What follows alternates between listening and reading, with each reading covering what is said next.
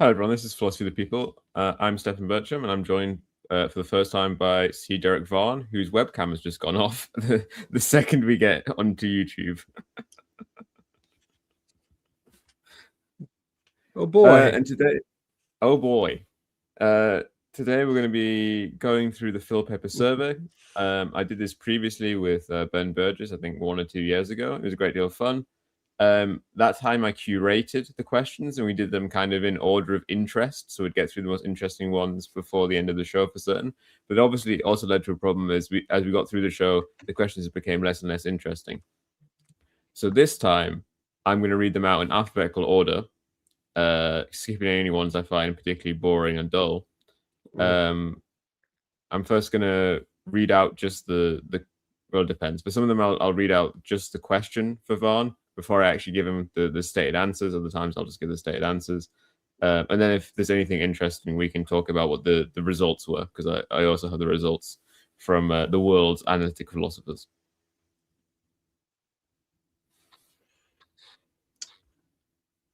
And we will be starting off... we'll be starting off without Varn. Thank you, Red Dogra, for repping my coat.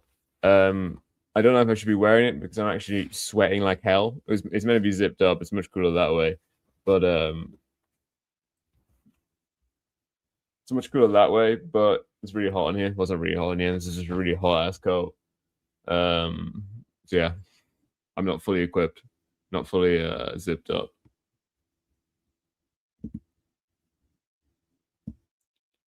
I'm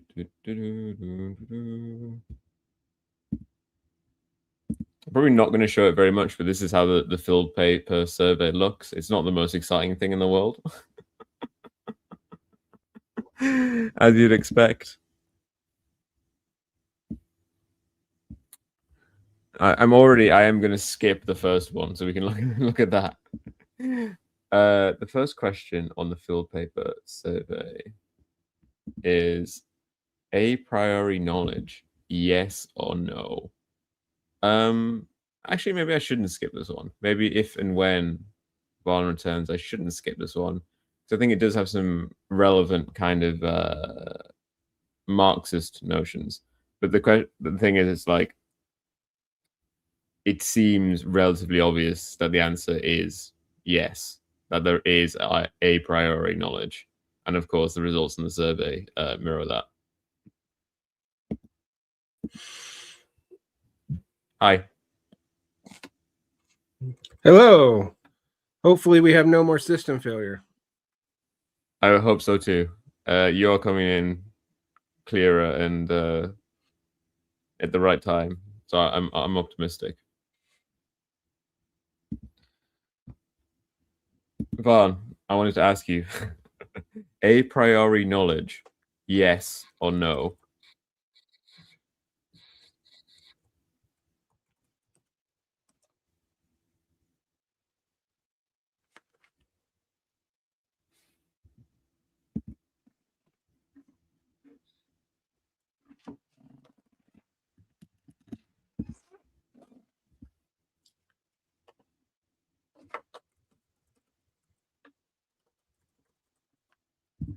I assume you didn't hear that.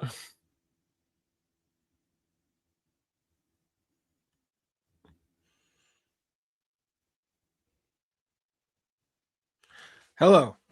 Hi, can you hear me?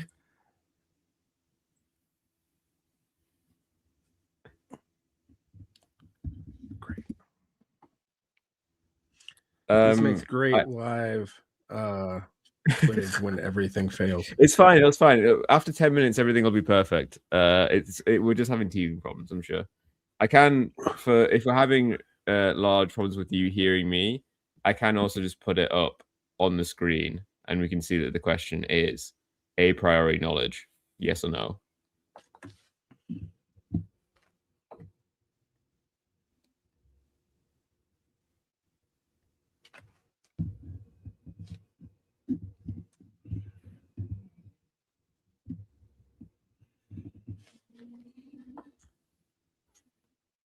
The thing is, Varn's video looks perfectly fine, so I think it's sound problems he's having.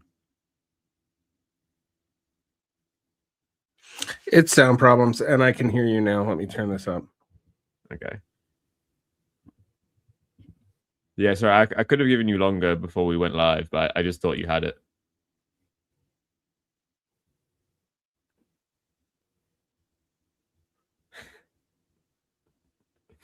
Oh, fuck, this coat is so hot. Oh. I'll just take it off.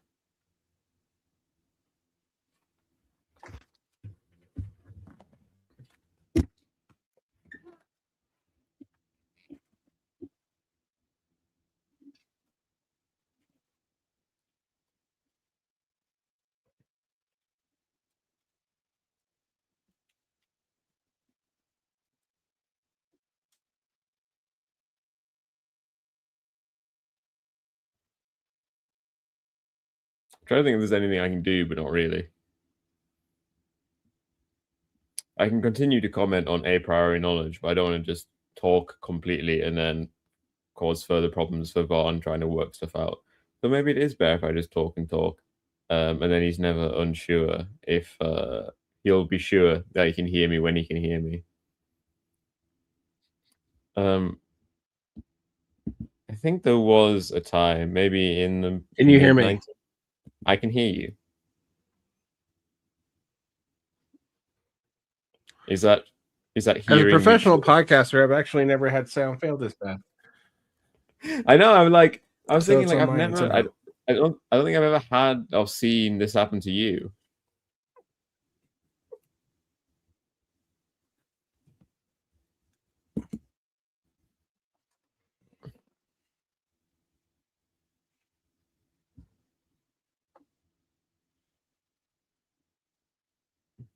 Are you talking now? I'm not talking at the moment. I can keep I can keep blathering on if it helps you QA stuff. Soon. Well, I did mislead you all by putting test in the title. I thought test would be more clickbaity, but there isn't a win or a failure here for Varn. Apart from, well, currently there is an actual failure state, which is just we can't hear each other, and Varn cannot speak. But there wasn't meant to be a failure state. I didn't intend there to be a failure state. I intended for Varn to answer a series of philosophy questions on his own basis, on his own knowledge, and then to compare that to the common analytic perspective. And I think it's obviously interesting to talk with someone who is an English-speaking academic and who is someone who understands analytic philosophy, but is not an analytic philosopher themselves. Is obviously, as we very well know, Derick Varn is in fact a Marxist. A Marxist with at least, because, I mean, Karl Marx himself predates the continental versus analytic division, but he's been much more influential over the analytic side of the equation than over the continental side of the equation. With the kind of analytic Marxists being like a small group of guys, of which Ben Burgess can kind of elaborate on all of them, while the kind of continental Marxists would not be something you could discuss in one mere YouTube video.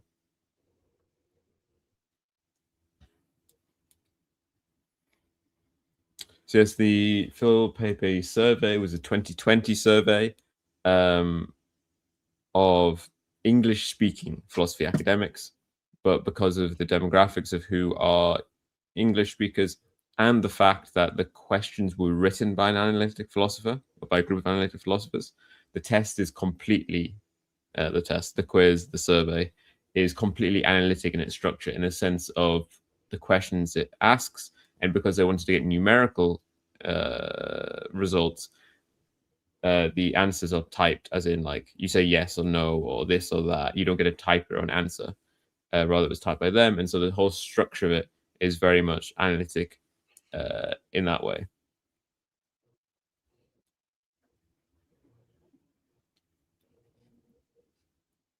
Have you made any progress?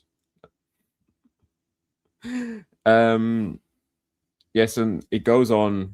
It's a very long quiz. It's also, there is an interesting bit of on the demographics They tested everyone's area of specialization, nationalities. You can see, yeah, it is just the USA, UK, Canada. It's the three big countries. And the funnest bit, so like you can see that Germany is actually fourth here. Germany with 89 scholars in nationality, but that drops to 56 if we go to country primary affiliation, as in where these scholars do their teaching and researching.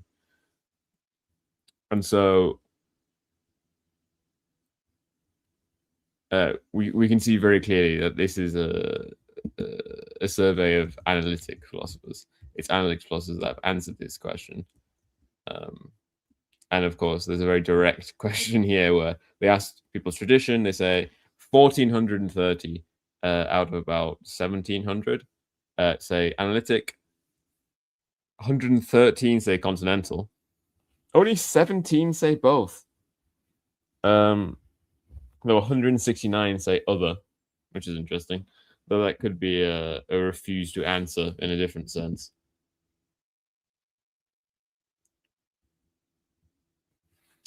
I mean, we can hear me, and Varn is fine when he speaks.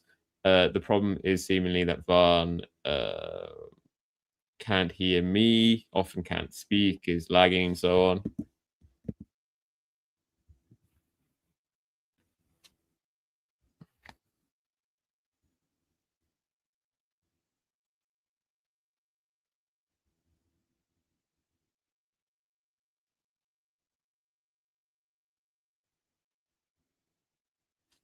So I was just texting Varn as he continues to struggle. Virtue ethics master race. Yeah, and I mean, 3 people answered Aristotelian. But if we look at non-living philosophers most identified with, it was really fun getting Ben to try and guess this list. Here we see, so to be clear, non-living philosophers, they only ask for dead people. But here we get top 10, and the 3 biggest ones is Aristotle, Hume, and Kant, probably to the surprise of no one. Then the other 3 that are above 100, we get Lewis, Wittgenstein, and Quine. Lewis is probably the one that people that aren't philosophers who would have no idea who the fuck he is. Quine, I think, is also like that, but is more rememberable just because his name is very interesting. We got into Frege, Carnap, Russell, again, Frege and Carnap are probably people that most people have not heard of. And then we get kind of what the more famous people are for non-philosophers. We get into Russell, Plato, Rawls, Mill, Aquinas, and then finally our good friend Karl Marx, followed by Socrates, which is a very funny answer, considering the man wrote nothing, and we have no record of his work apart from indirectly through Plato.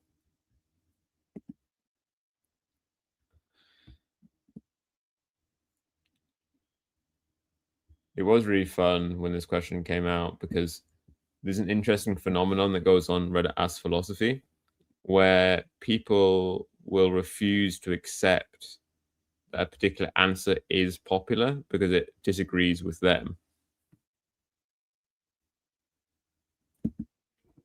All Hello, right, friend. And oh, I can hear you. You sound great. Great. Let's go. Great. Ignore everything that's happened before. We're starting now. Not all of the previous 15 minutes, a collective hallucination. And I'll begin now by asking Varn, a priori knowledge, yes or no? A priori knowledge, yes or no? Synthetic a priori, yes. A posteriori a priori, no. So basically, you can know this. You could know the structure of things before you experience them, Yeah. but you cannot experience qualia or anything substantive beyond that. Cool. Reasonable normal answer, and that's why I didn't ask this one, because I think it's it's a question that was controversial, I think, at some point in the 1800s, but broadly I don't think it is anymore. A more exciting one for me, at least. perhaps not for our audience who aren't philosophy nerds, in the main at least. Abstract objects, Platonism or nominalism? Nominalism. Nominalism. You don't believe that courage exists? in the universe beyond the expression of courage? No, I don't. Yeah, it's just you think they're kind of human concepts to describe real phenomena, but don't necessarily need not a physical, but like a real reference point to go off of. Once the concept has been given a definition, we can talk about what that means, but you're not going to find that definition universally in the world. So, there's no form of courage ideally in existence before we define it. And that does make me I think it actually makes me an abductionalist, but which is close to a nominalist. Yeah. There is a question that talks about abductionism later. I can't remember which one it is. I will also from now on actually explain what the answers mean. Platonism is the view that abstract objects, as in concepts, exist in some real way. Normally, this doesn't mean they exist physically, but often, like for instance, with utilitarianism, people might try and do an actual kind of physicalist approach to something like happiness. But Platonism is usually associated with the view that there are real abstract objects which exist somewhere, somehow, sometime, but not in the normal way that other objects do, but in some sense they are real. I think a very fun one: aesthetic value, objective or subjective? Oh man, you tell this. Surely this is right up your alley. Aesthetic value is subjective in the sense that there is not going to be a universal definition of beauty to which we could all cohere. However, once you define what you are talking about, there is a way which you can objectively cohere to those definitions. So, again, I've always found this question to be somewhat like very 19th century, but also very, you're either a Bloomsbury groupist or you're a Kantian, and I'm not either. Right. You tell this was written by analytic philosophers because they try to nail you into two positions that are kind of problematic. There are some questions later on which have a completely unnecessary large amount of options, but the first few are like yes or no. Yeah. I should also be doing for ones I think are interesting. I should be asking you what you think the analytic philosophers say. So for abstract objects, Platonism and nominalism, what do you think the percentage are for both sides? Oh, that's close. I'd be like 60% Platonist. That would be my guess, but it's hard for me to. When was this given? 5 years ago? 2020. Yeah. Oh man, what was the fad back then? I think we were back on Platonism at that point. It gives 38% for Platonism and 42% for nominalism. Oh, so okay. I vastly overestimated the Platonist. But I got the nominalist about right.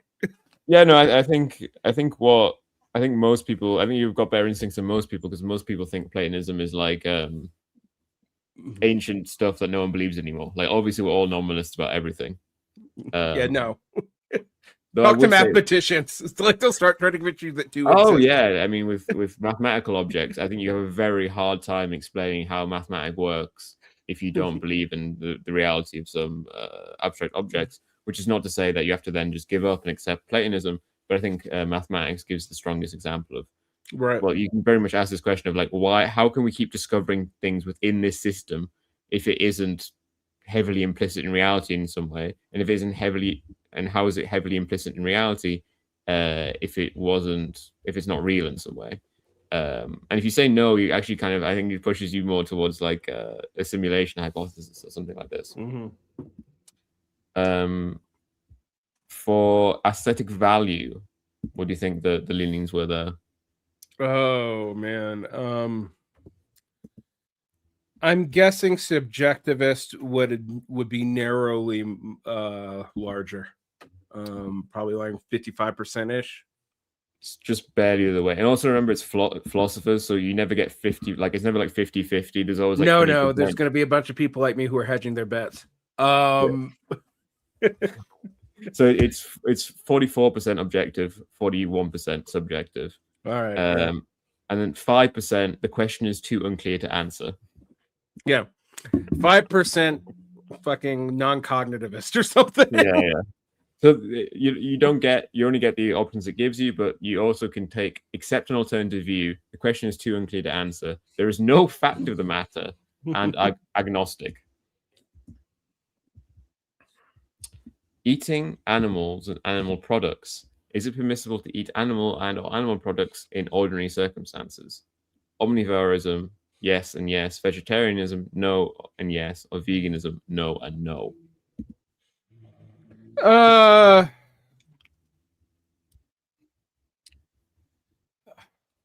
would say omnivorism with the caveat that I do think vegetarianism is more ethical. I, however, would venture to say veganism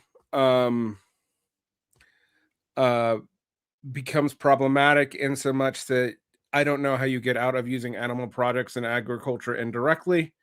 Well, and also, I think if you accept veganism, you have to tangle with a very difficult question of, are we just going to do an animal genocide of like the current generation?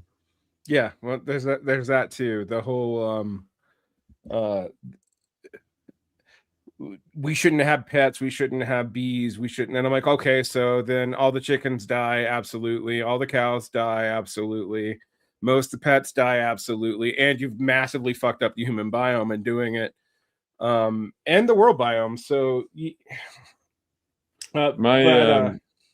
My strange view on the matter is I'm not convinced that most non-human animals are morally relevant in any significant way, but I think the moral hazard of being wrong is so great that we should eventually try and abolish animal agriculture anyway. And because I don't think the animals matter morally, I don't have this worry that the vegan does. Yeah, I do have issues when you go to like Peter Singer-esque logic where I like should consider the bees but not the disabled people. Do you think analytic philosophers believe in vegetarianism? Man, I would say, okay, if it happened today, I'd actually say no. But 5 years ago, probably about 44-45%, somewhere in there. Said omnivorism or said vegetarianism / veganism? Vegans probably about 5 to 10%, and omnivorism probably put at 40. Yeah, no, I think you did quite well there. We've got 48% for omnivorism, and then combined vegetarianism and veganism are 44%. What you kind of got wrong was people are much more likely, like vegetarianism is 26%, while veganism is 18%. So I think most people that like half of people that go to one, I think you may as well go to the other. Yeah, and until they try to explain to me how you do certain crops with no animal agriculture or hydrocarbons, then it's a whole different problem. But everybody's got moral exceptions, I guess. But I suspect that's changed now because veganism has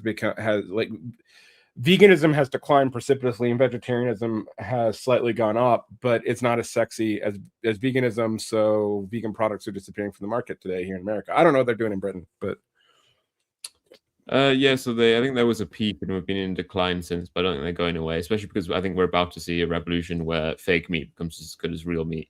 And once it can go in price below actual meat, then it's over. Yeah, I'll eat a fake steak. Would you enter the experience machine though, Varn? The experience machine. Oh man. So the experience machine is the thought experiment about getting into a machine which completely convincingly simulates a better world than the one you live in for you. Yeah, sure, why not? Oh wow, really? You'd get in? I mean, I didn't say it's stay in, but if anything, there's a morbid curiosity about what they think is a better world. Or if we just if we say that, you know, objectively is a better world, you can then get in it and distinguish what sort of better world is out there. What is the actual truth about a better world? Yeah, that's. I think I would get in. I don't know that I would stay in it, but I think I would get in just to experience it for a second. I have no idea what analytic philosophers say on this. I suspect a lot of them would get in, but then again, sometimes they surprise me at how cowardly they are. So I don't know. It's it's a crushing no. But I mean, to be clear, I think as the question is normally asked, it is you get in there forever. Oh well, then no. Yeah. I think the point is how do we distinguish between the real world and a fake world? And I'm always like, well, this is a problem of even when you're in the machine, you're still in the real world. Your body is still in the real world.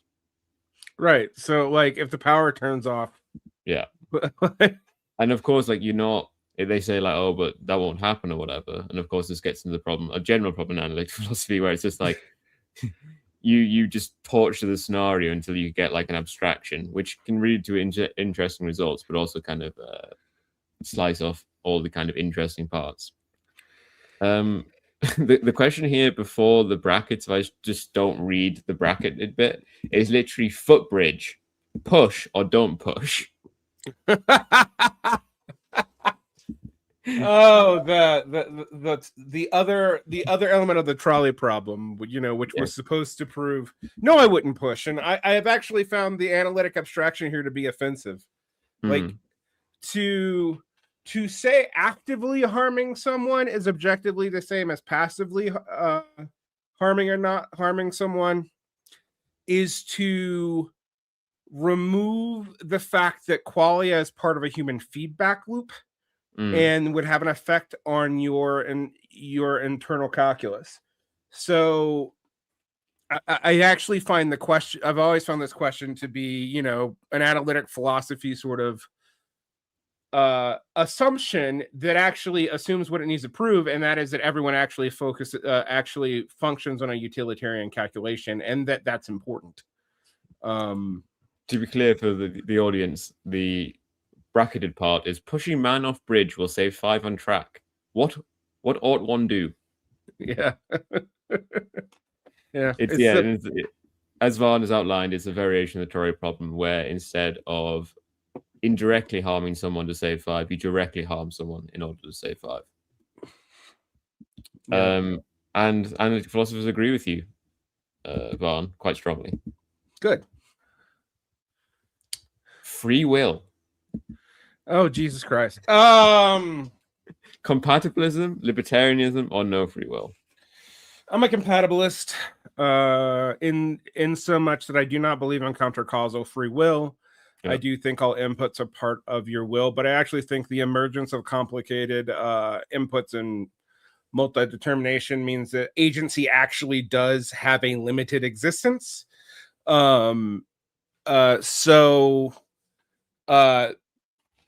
I do think people have real choices to be made, even if those choices are not uncaused, because there's multiple causes an individual mind has to process which one they're going to act on. So I guess I'm a compatibilist who believes in limited agency. The other thing is, I don't understand. I'll just say this. I know that there are supposedly sophisticated refutations for this, but if you're not a compatibilist, why are you trying to convince anyone to be a determinist because they're determined to be a libertarian? I don't. Well, you know, they don't have any choice in the matter, so. That's true. I guess they don't either, but it just, the whole thing just starts feeling like, what's the point?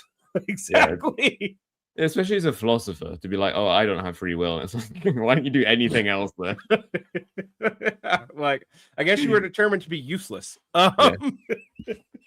Again, you very much agree with the analytic philosophers who are crushingly behind compatibilism. Gender. Uh-oh. Biological, psychological, social, or unreal? If I have to pick one, I would say social. Yeah, me too. And I think that's going to be overwhelmingly the answer too. Yep. I do think there are both biological and psychological components to gender, but those are so socially mediated as to almost be unknowable. So yeah. Yeah, I mean the interesting thing is that a lot of contemporary kind of like popular trans discourse, like pro-trans discourse, is based on this kind of simplistic psychological account of gender, where the only thing which matters is some kind of internal self belief or whatever. But that's very much not the case among philosophers who, as Varn rightly guessed, and we both are, and I think Ben was too, believe in the social reality of gender.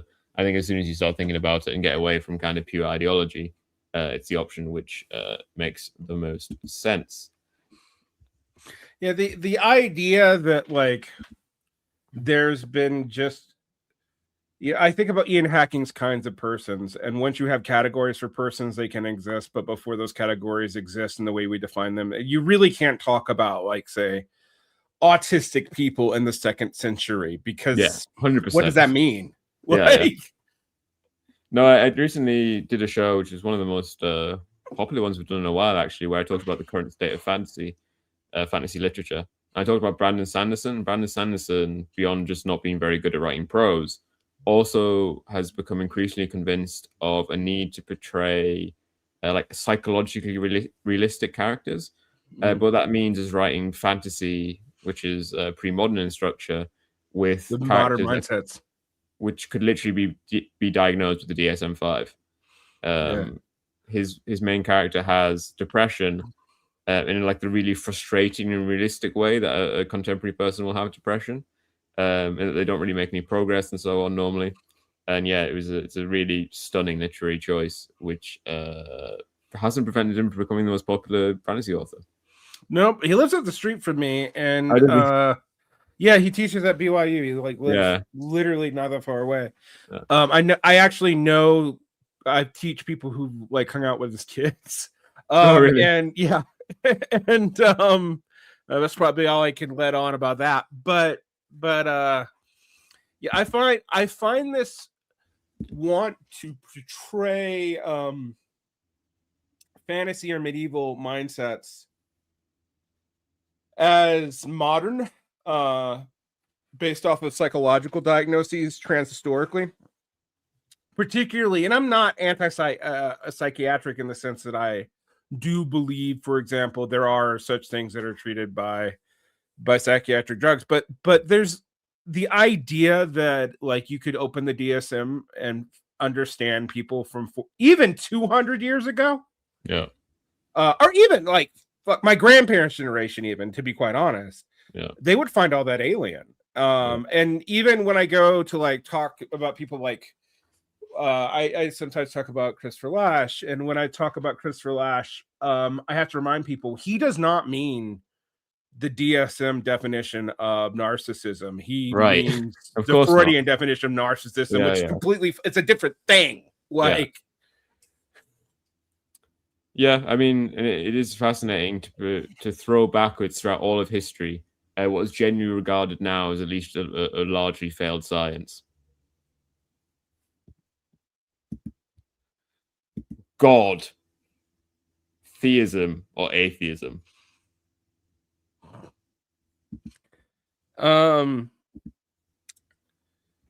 Functionally, I would be an atheist in the sense that I don't I think that Western theism that assumes that God creating the universe creates an infinite re-guess problem. I also don't understand what would even be meant by non-physical beings that also have creative agency.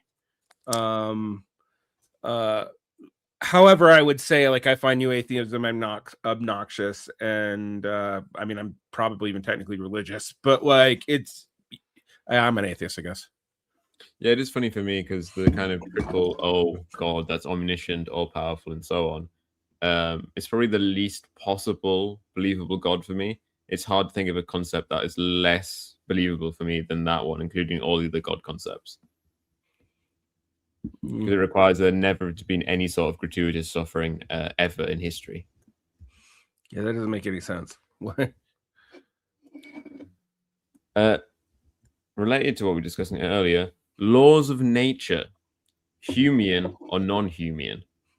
Humean laws of nature for the audience, or laws, is the idea that the laws of nature, like the laws of physics and so on, are a mere description of what's going on, but are not actual binding laws. That things do things, but it's not caused by these laws. While a non-human approach believes that, the laws of gravity actually kind of in some significant way directly bind and dictate the movement of objects. I remember when I was doing philosophy in undergrad, this was actually a question that I never could fully articulate what my stance completely was on. My suspicion is that there is not a meaningful difference between the Humean and non-Humean model, and that but the danger of going with the non-Humean model is the assumption that these laws bind objects in a way beyond the processes that bring them about. And so the biggest one, I mean, gravity is like a big one because we don't entirely understand it, but it's pretty clear there are times where gravity does not function. Now we know why it doesn't function to some degree, because you're away from things that cause centrifugal fields, force, and blah blah blah. But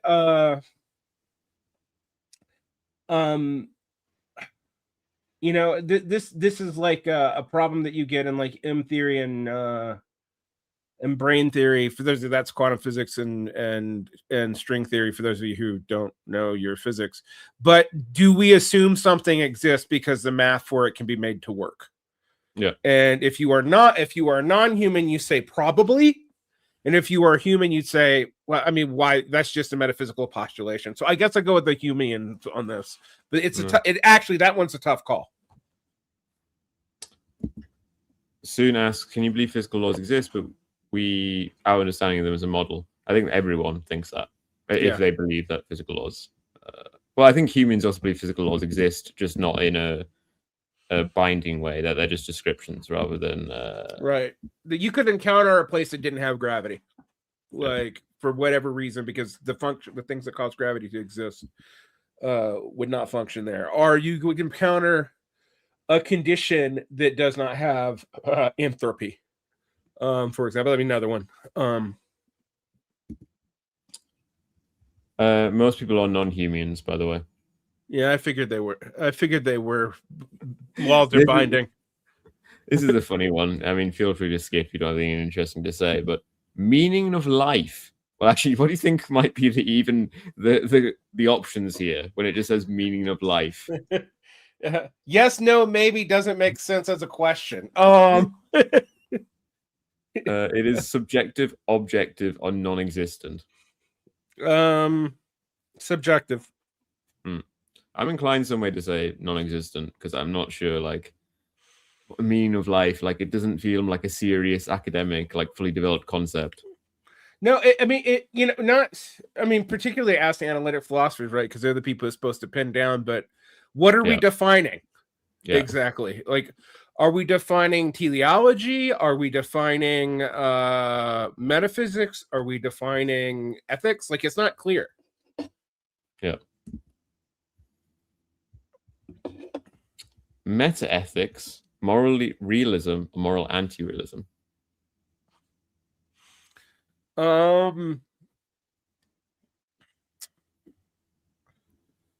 Boy. Okay, so again, this I might go all Lester McIntyre and everybody in English common language philosophy, in which I might actually say the question itself um, assumes that there are real universal rules, or that there aren't, as opposed to once we have defined a concept, say a virtue, that we could objectively know what that is.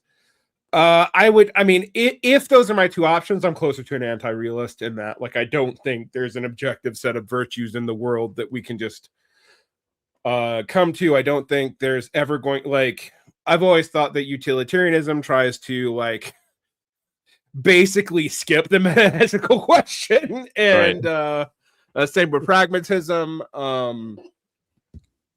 And I think deontology just becomes absurd very quickly. Well, if I know my alphabet, we will soon moving on from meta ethics to normative ethics, so we can get into utilitarianism in a second. Ooh. Mind, physicalism, or non-physicalism? Are you a brain? See Derick Varn. I'm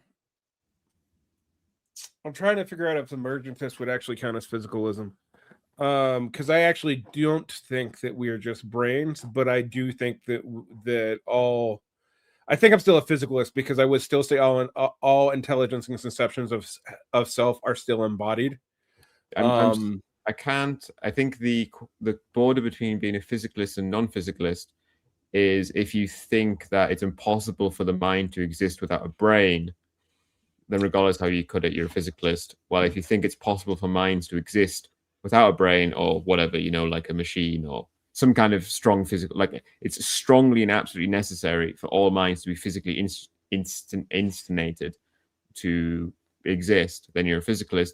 While if you believe there's a possibility for a mind to be instantated without there being any physical hardware to go along with it, then you're a non-physicalist. I think I would be a physicalist, because I do think there is some kind of hardware even in emergentist. Like, even if we're talking about like quasi-consciousness in plants, we're still dealing with biochemical feedback loops. We will get onto AI, and the question they ask about AI and the results of it are bloody ridiculous. So most philosophers are physicalists, 52%, but actually a large percentage are non-physicalists, on 32%. Yeah, that's high. That actually is higher than I'd expect. I wonder what they think those minds are. Do you know about Newcomb's problem? Yes, I do. Yeah. Are you a one boxer or are you a two boxer? You're a two boxer. I'm a two boxer. Yeah, that's we can continue on. I've had long argument. Well, it's like a very silly thing where it's not me arguing with Ben, but it's me and Ben together arguing with chat, who are one boxers. I'm not gonna, for anyone that doesn't know, I'm not gonna explain it because it would take too long for something which isn't like, this is pure analytic philosophy. This is like absolute uncut analytic philosophy, absolutely irrelevant to anything apart from kind of making a minor point in decision theory. Normative ethics, deontology, consequentialism, or virtue ethics? Virtue ethics. Me too. Varn, we're too agreeable. Yeah, I was gonna say, like, what did Ben say about this? I actually don't know what he thinks on ethics. He's probably a utilitarian or something. I can't actually remember. I think he went with utilitarianism, but not in like a narrow, obvious kind of way, Mm-hmm. Like he certainly, I can't remember him being like, oh, it's definitely this, Do you want to talk about virtue ethics to the chat? Sure. I mean, I'm a virtue ethicist because I think you can do. I am not properly speaking Aristotelian virtue ethics because I do not think that there are teleological necessities that produce a specific set of virtues. So Lester McIntyre would probably still think I'm a dirty emotivist because I don't think that we can objectively come up with a coherent set of virtues that are self-sufficient and rooted in some kind of historical tradition a la Aquinas, and thus rational. But I do actually think once you define your virtues and you situate those virtues in a context, that you can talk about them in realist terms and objectively. Um, and that I think we can do comparisons of virtues and look at different life outcomes and say, well, this virtue does not necessarily produce, certain life outcomes. So we can't say if it's good or bad, but we can say, well, if you embrace this set of virtues, you're going to most likely have these set of outcomes, and that's probably going to be suboptimal for you. How do you avoid kind of a slip into consequentialism, like a subjective form of consequentialism on that? I don't know that I do. I do think you have. It's fine. Just go. I don't care. Like, I don't mind if that happens. It happens. No, I mean, I do. My thing is with consequentialism is you do have the problem of deducing a norm from a description. Yeah. And it could be that you want this virtue regardless of. I mean, every now and then you'll get an honest libertarian, right? And they will tell you that they really believe in freedom regardless of all consequences, and God damn it, they're going to maintain it. Those people are extremely rare, and they're not most libertarians, but they exist. So I mean, I do think that would be an ethical choice that we could say, like, that's an ethical choice. You can do that. You can believe in that, and you can fight for that. I don't know what it's going to get you, but I just think we could more realistically say, like, oh, if you prioritize this, I don't know, certain virtues of others, you're likely to have certain outcomes, but I don't think we can say that those outcomes are good or bad. Right. Yeah, I mean, I think my inclination to virtue ethics is based on like the idea that when we do moral talk, what people are normally doing is talking about virtues and vices. I think kind of that's what people are interested in talking about when they talk about morality. And kind of the abstract kind of questions of like, oh, will this in 1,000 years lead to more good consequences? Is not what people are talking about. It's not what people are talking about, and I don't even think it's knowable.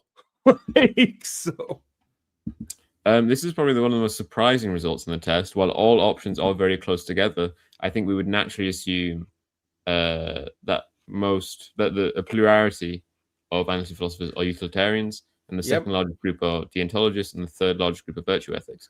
But very surprisingly, the largest group on 37% are virtue ethicists. Oh, it's good to know we won.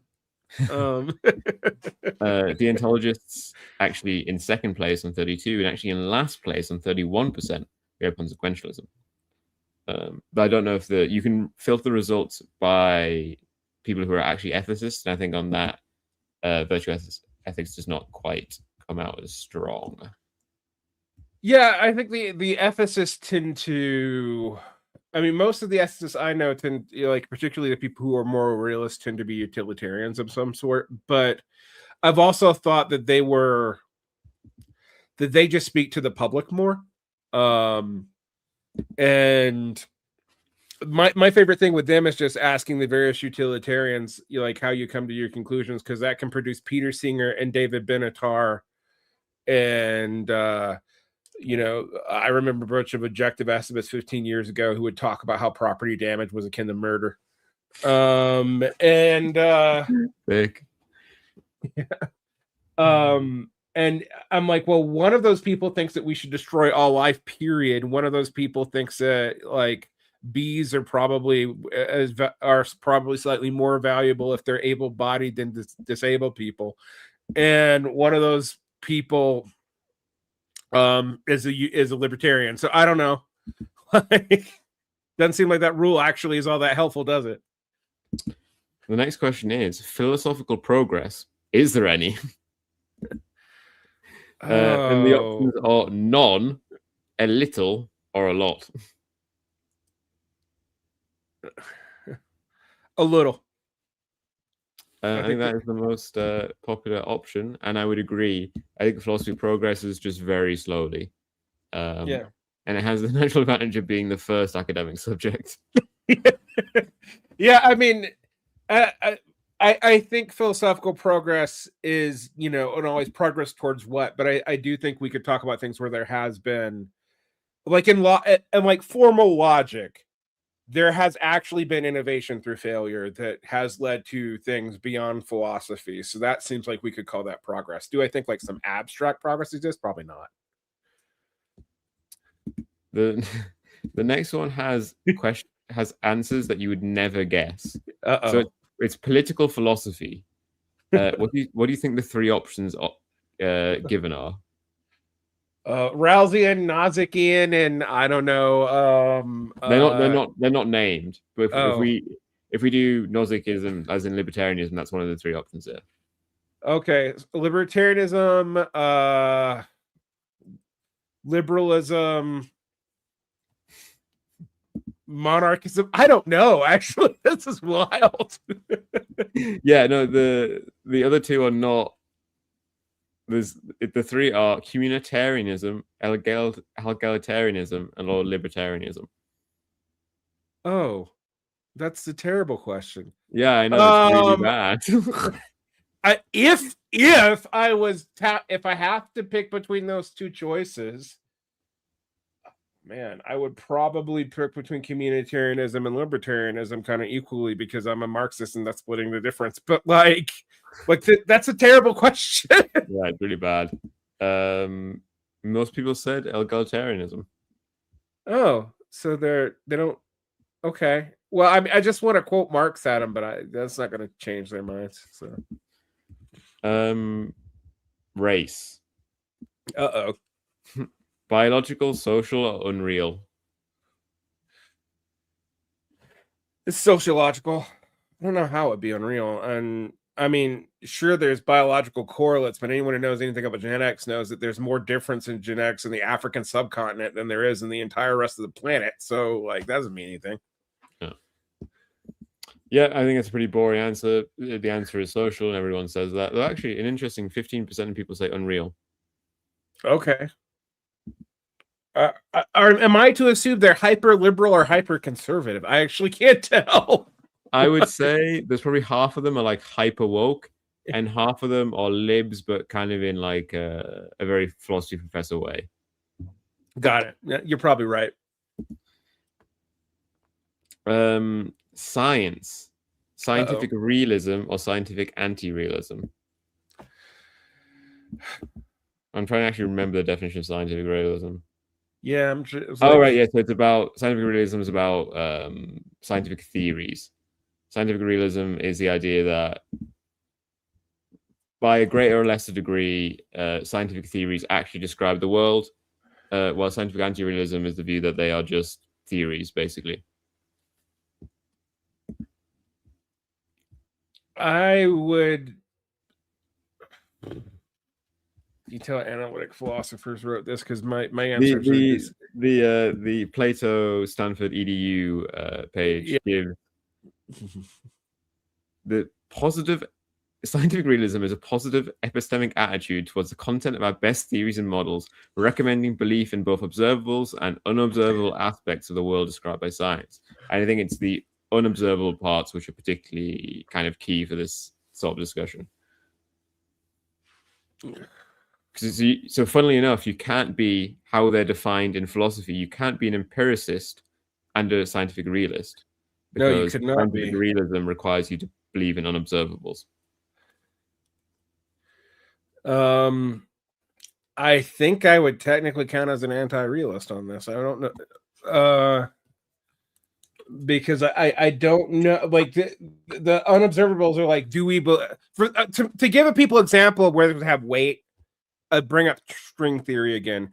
Do you believe that string theory is true because the math works out, even though it cannot be observed? And it may not. I mean, there are elements of string theory that there is no way beyond the math to even test. Yeah.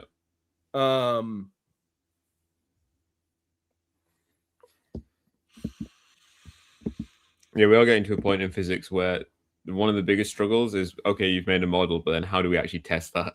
Yeah. Without destroying the universe. Oh yeah, or trying to get the government to spend 100 billion on a science project which will have no discernible results for the military industrial complex. Yeah. Well, maybe one day we can shoot the Russians with a very large hadron collider. very targeted little mini black holes. Most crushingly, analytic philosophers, it's one of the strongest results on the survey are realists. Of course they are. Because otherwise, why the fuck would you care about these abstractions? So there was a personal identity question that I skipped earlier on, but this gets it in much more concrete terms. Teletransporter, new matter, as in, so someone's getting transported through a Star Trek teletransporter, and they are being disassembled at one point, and they're being reassembled using new matter, new atoms, and so on at some other point. Does this person die during this process, or do they survive? They die. I think they die too. They die. I'm not like I'm actually even like do we assume continuity of memory is continuity of agency, and do we know that even rearranging people exactly in the same order that they are now without a different manner would lead to a continuity of memory? And I don't think we know that at all. So yeah, well, I think it's an analytic philosophy question, so you're meant to assume it does, but yeah, that's still say they're dead. People do agree with us that they are dead, but only slightly. It's 35% for survival, 40% for death, and one of the strongest others on the whole quiz, with 26% picking other, with 5% saying the question is too unclear to answer, and 8% saying there's no fact of the matter. Cop outs. But yeah, but I mean, there isn't a fact of the matter, but cop outs. There's no fact of the matter of like most analytic philosophical thought experiments. Yeah, they just, I mean, they might have even emailed about this, emailed you this. I assume they emailed Ben, but I don't think he actually filled it out. Yeah, you could have just gone down and answered there's no fact of the matter for all of them. I am skipping some of these, but actually, I don't know, maybe you actually have strong feelings about them because you're in literary fields. Like, for instance, this one I was going to skip because I really don't know anything about it and wouldn't have anything to say. But vagueness. Is vagueness epistemic, metaphysical, or semantic?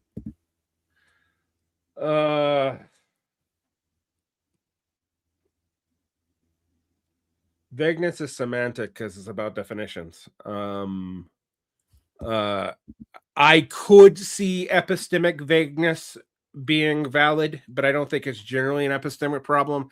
And I don't know I mean, metaphysical vagueness. There's just some stuff that's ooky in the universe. I again, I don't know, but I assume it means that vagueness is like a real phenomenon that exists beyond our interaction with, like, yeah. So there are concepts that that are so innate.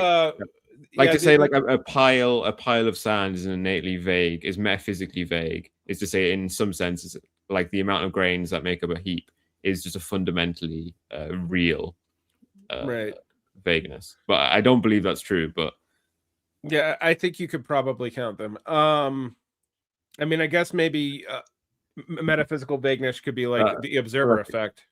Soon's point making clear that we're doing a real philosophy show today. Yeah. I would say it's semantic. Most vagueness is semantic, which is just about unclear definitions. This is what real libs are doing in your schools, wasting your taxpayer money talking about vagueness. Yeah. Worse, they're doing it experimentally, where they actually spend money on this as opposed to just talk about it. Most people do agree with you, Varn, with semantic on 52%. Do you know what a pea zombie is? Yes, I know what a pea zombie is. Do you think pea zombies are inconceivable, conceivable but metaphysically impossible, or metaphysically possible? Conceivable but metaphysically impossible. I can think I can obviously I can conceive them because we can talk about it, but I don't think they're metaphysically possible. No, I think it's a pretty ridiculous idea. For the audience, a pea zombie is a person with a brain, like a brain which is going, it's doing everything, and that person is acting in every way identical to a human. They have to be indistinguishable. A pea zombie is someone that's indistinguishable from a human being in every way, on a complete physical level, on a behavioral level, in every way. But the lights aren't actually on at home. There is no mind in there. Yeah, and I think like it's conceivable, but I don't think they can exist. I mean, you have to be pretty much a dualist to think they can exist, I think. It's an interesting thing because I can't remember his name right now, but there is a physicist who's also a philosopher, and Mhm. he made the point that if you do believe that zombies are metaphysically possible, then you seem to think the mind doesn't do much. Right. Because you seem to think that there could be a person out there who doesn't have a mind, but otherwise functions normally. In which case, what's the point of your so-called mind? Yeah, I don't know. Abortion. Okay. First trimester, no special circumstances, permissible or impermissible. Um,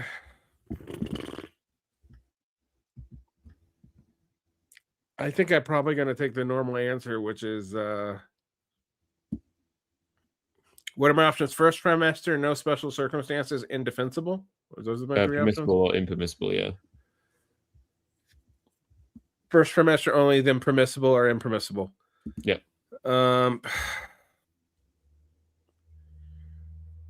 I would say permissible, but not always good. Oh, sure. But yeah, permissible for sure. What I would point out about this question is it shows how completely libbed out philosophers are. Of course, I 100%. I think the access to common abortion is essential for like a civilized, reasonable society. But what's mental is, yes, abortion is the strongest result of anything on the survey, with 82%, while external world, idealism, skepticism, or non-skeptical realism, and the people that only say non-skeptical realism, as in there's a real actual world out there that isn't in your mind, is on 80%. So there's 1 or 2% of philosophers who believe in abortion, but not in reality. Yes. In which case, what the fuck is an abortion?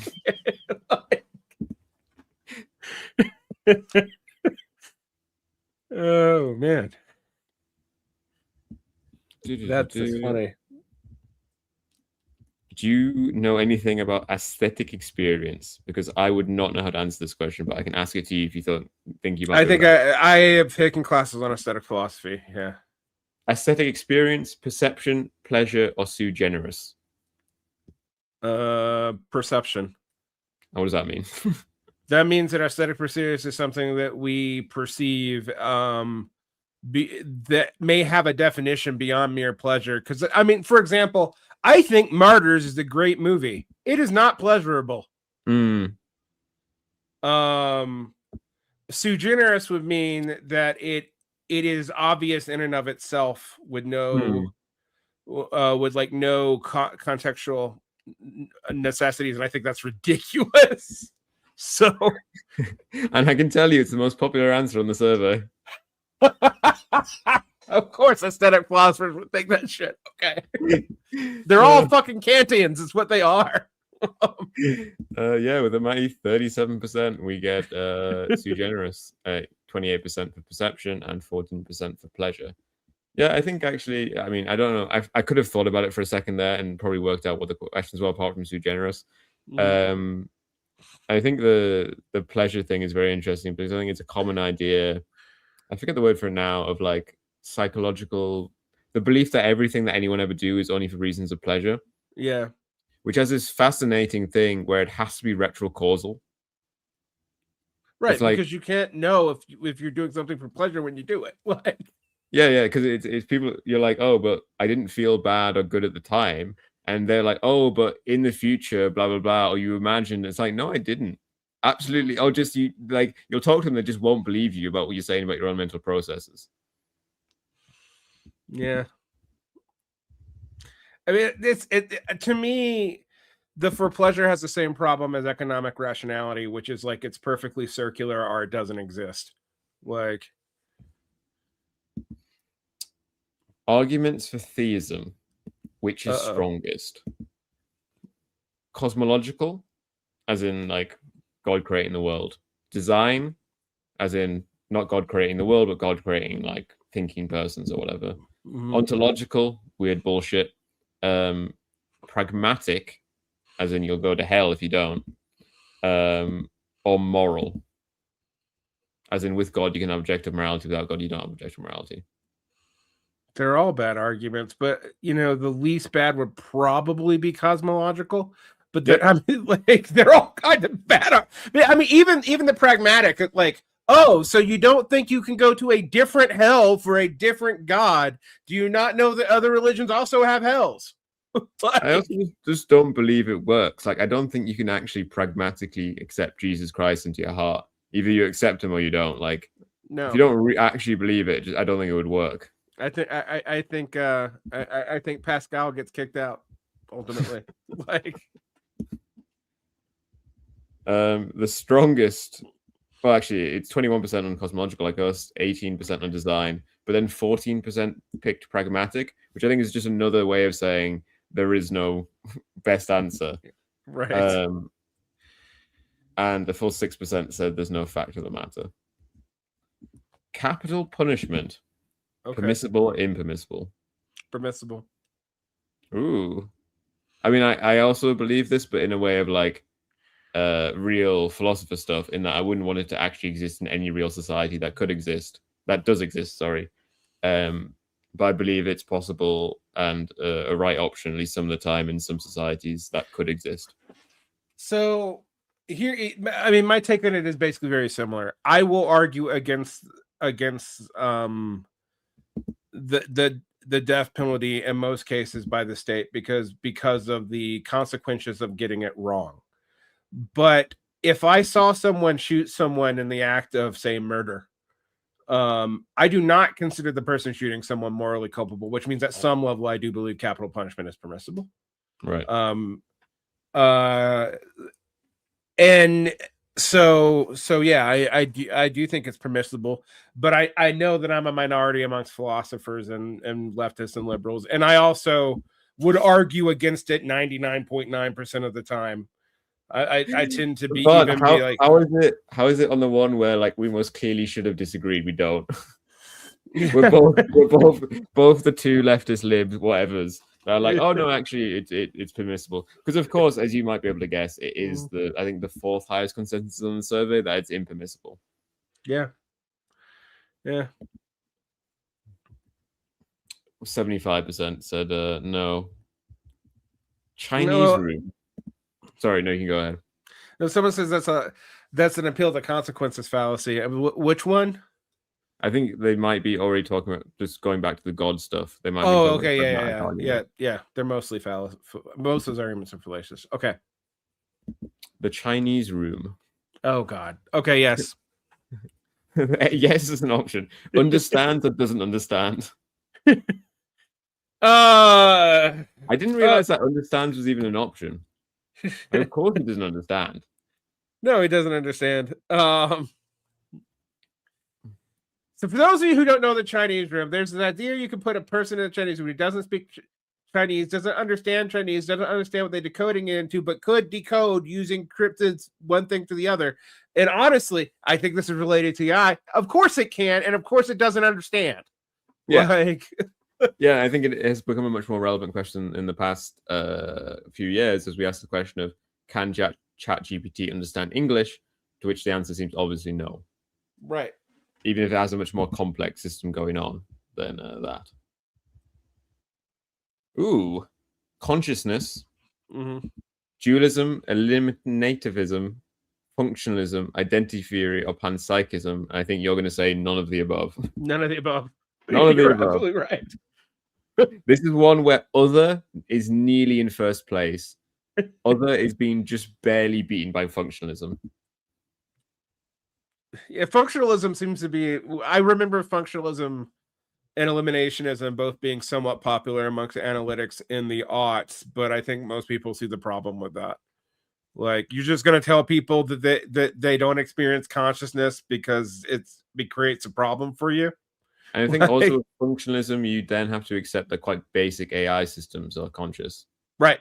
Like, you would actually, functionalism leads you to like actor network theory, and then I have to, not just basic AI systems, like I would have to argue that like my school is a conscious agent. Oh yeah, like the United States has consciousness, or China. Yeah. Right now it's Yeah. consciousness.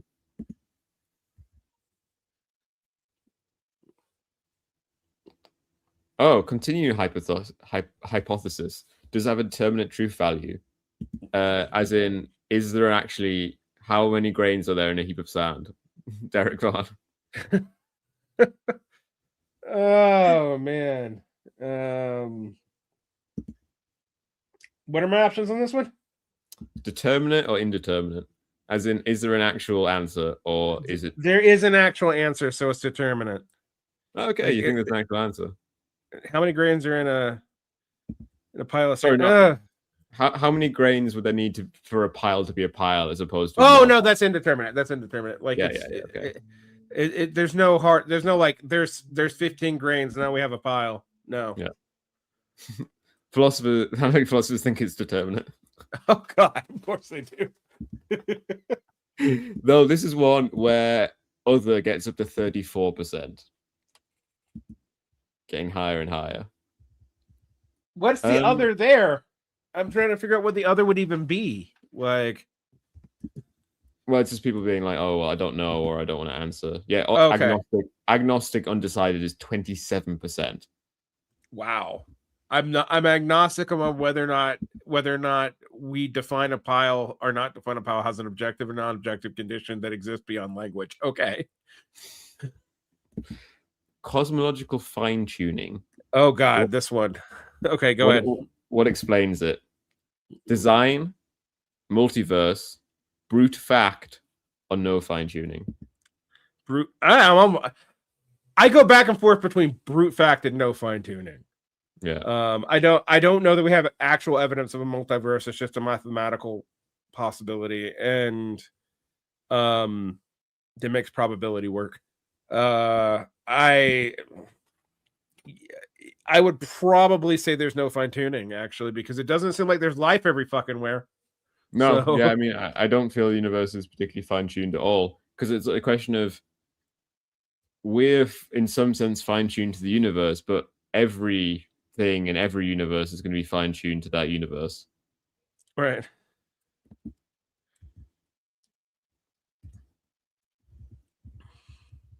Ooh. Do you have any thoughts on the foundations of mathematics? Yeah, actually, I do. But go ahead, ask the question. Constructivism/intuitionism, formalism, logicism, structuralism, or set theoretic?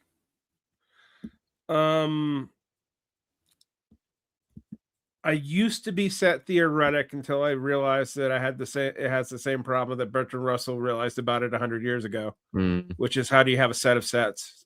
Yeah. Formalism. And what is formalism for the audience? I certainly know.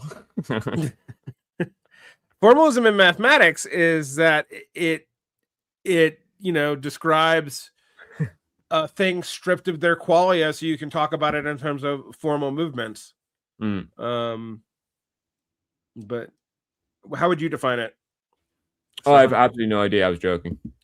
Oh, formalism, yeah, like that. Once you strip things from qualia, they're going to have structures that are mathematically predictable. So you remove all other categories you could talk about, which is why I find the realism, anti-realism, and math kind of like, well, I mean, sure, if I don't talk about any other quality than quanta, then and I follow the form of that out, I get you could also argue that's intuitionism, but I do think it's formalism in the sense that, like, once you do that, there's certain things that are going to flow in form, and you can observe that in the world. Is it real beyond that? That's a harder question. Ooh, this is I think this one or the race one. Actually, the race one's boring, I think. But this is a fun one. Gender categories. Preserve, revise, or eliminate?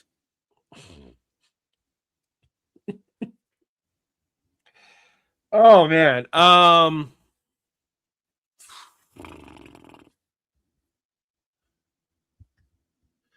We'll get there eventually, Kush. Fish are involved in the question. I would say revise. I used to be eliminate, but I watch how many people try to be non-binary and then revert back to a gender. So I'm gonna go with revise. I Um, think eliminate, but only in the sense that I think gender will always exist, but it'll at some point, hopefully, if we continue to progress, like economically, I mean, in a Marxist sense, we will eventually get to the point where they don't matter that much, socially. yeah. If it, particularly once you start decoupling them from any sort of biological imperative, then for sure, I think Yeah, I think the that's a key part of yeah. it. Hard problem of consciousness. Is there one? Yes or no? Oh man. Do you want to explain the hard problem? The hard problem of consciousness is why do you have awareness of your processing? Um, is that an emergent condition? And it is very, I actually will say it is very hard to explain. Like or to even know if it's a if I mean my question is, do we know that it's a human or even mammalian only problem? And I don't know that we do. Um uh it's a hard problem because it actually is hard philosophically. I do think there kind of is one, but I'm a little bit hesitant to say that because have you read China Miéville's like thing on Marxist consciousness recently? And I'm like, dude, you're jumping between like 15 definitions of consciousness, and you almost seem to know it. Like, oh, Yeah, on one hand, like when people try to do Marxist of X, I'm not sure if it's just because it's bad because like they aren't like Marxism shouldn't be used in this way, or it's just the person doing it is not doing it very well. right. Well, I mean, if people haven't read that, I would tell people to read that article on Salvage. But I would also say, I felt like I was reading a Christian. Like all of a sudden, I Mm. was just like, he's like, oh, there must be some other category. I'm like, what other category are you positing that like explains that Marxists can't be right about materialism because they're not right about consciousness? When you're using three different definitions of consciousness in And in probably this three article, definitions of materialism too. yeah. I mean, I admit Marxists are also bad at defining what they mean by materialism, Yeah. but still. Like, Um, I'm inclined to say there isn't a hard problem of consciousness, not because I don't think it's like a hard question in the sense I don't think there'll ever be an answer to why is this state conscious and this state not in a direct sense, but rather because I think the question will be slowly dissolved as we answer other questions. I could see that. Human genetic engineering, permissible or impermissible? And okay. And I'm going to answer it like an analytic philosopher, then I'm going to answer it like a Marxist. Yes. Analytically permissible. Yes. Marxistly, not until we equalize the modes of production do I trust people fucking with genes. But I think yeah. that's a standard reasonable answer. Yeah. I mean, if you are against any genetic engineering, I don't know how you have animal husbandry or plant breeding. I just don't, because effectively that is genetic engineering, just very slow. And also, if you've seen, just look at some dog breeds, we fuck it up all the time. Yeah. Like, yeah, it will be fascinating when it finally becomes mainstream and there's one generation which is just so sharply distinct from the previous one. yeah. Immortality, would you choose it? Yes or no? No. Uh-uh. No. Well, I mean, Varn welcomes his final death. when people tell me about this and they're like, "Oh, you'll have your same consciousness forever," I'm like, "Oh my god, I can't." Like, even the religions I've ever been attracted to don't promise that because that seems hellish. Yeah, I just don't understand how memory works infinitely, even, and what a self yeah, would mean at that point. yeah. I mean, I would say yes, but I wouldn't have any expectation that I would retain the same consciousness over time. I assume I would eventually become a different person, but this would be a gradual. I mean, I'd become very, very well. If you assume it actually goes on infinitely, I'd become an infinitely set of different people. But I think that's one of the reasons why lots of the grimness doesn't actually apply. Yeah.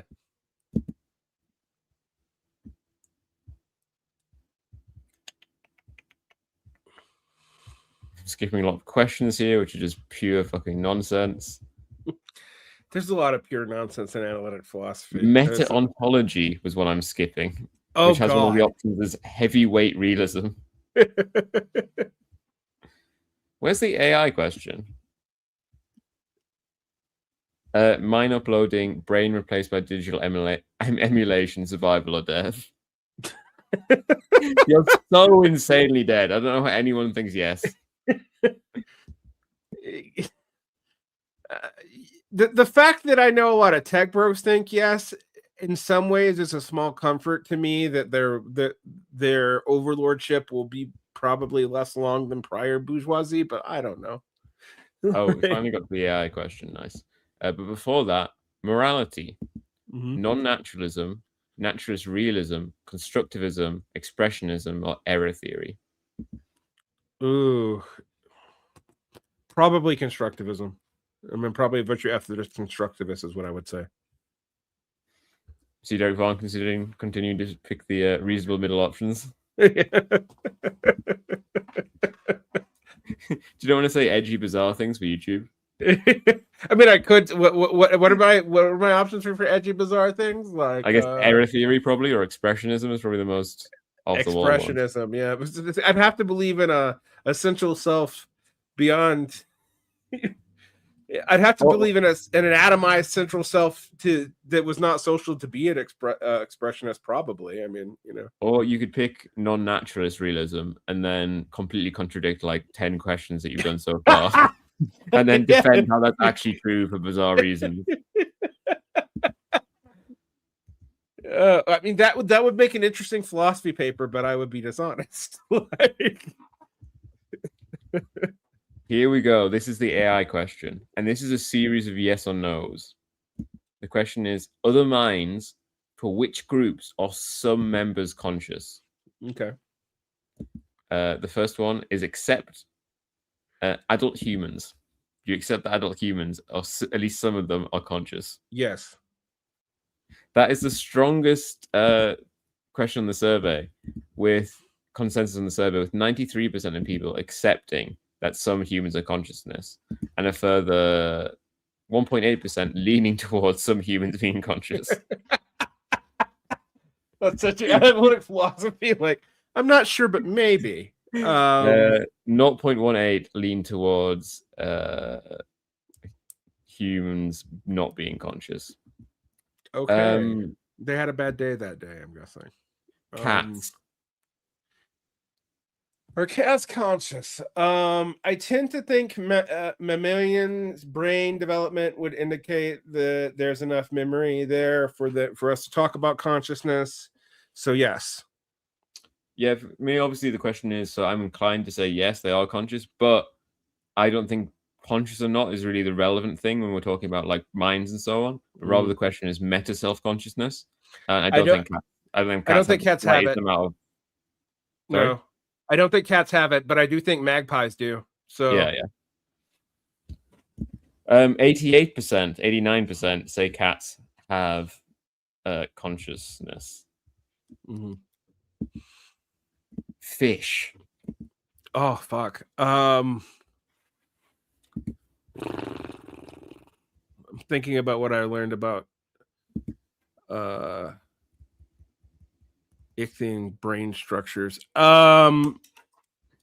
Rudimentary, yes, but I'm like with you. Do they have? I don't know. Other than dolphins, which are mammals, I don't know of anything that should. Well, no. Octopi do show signs of meta self-consciousness, but that's like it though. Yeah. I would still say they were conscious, but not meta self-conscious. So, yeah. Flies. Very rudimentary consciousness, as in they have a feedback processing loop, and they feel pain. But we have recently found out about flies, haven't we? Yeah, that they kind of feel some kind of something to do with pain, because they don't have a central nervous system, but they do have a nervous system. Right, they do have a nervous system. They can more or less feel pain, although not. I don't know that their experience of pain is anything like ours. But I do know that it is there. I would say very, very rudimentary. So So it's fish on 65% and flies are on 34%. Okay. With that, flies being the first one, people reject it. Mm-hmm. Worms.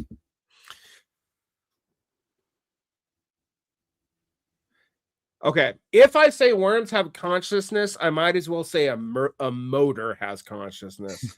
I'm not even talking about an AI. Yeah. Like just anything with an ideomotor effect. It's hard to justify. I would say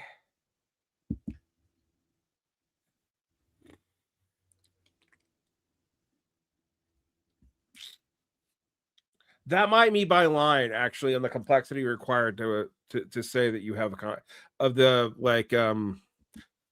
feedback required in your nervous system, so you have consciousness is probably worms for me. Because if you say worms have a consciousness, then I'm also saying that like clams and mollusks have consciousness. Yeah. And I have no evidence that they do. And if I believe that, then plants have consciousness. Then yeah, I just I'm open to it's a possibility, but it'd be so rudimentary that I have trouble imagining what it would mean. So I'd say no. And the next question is plants. I once got into a fight with Lee Phillips about this because Lee Phillips was using the fact that plants might have rudimentary consciousness as a reason not to be a vegetarian and to eat meat. Which I was like, you don't need to make that argument because it's stupid. I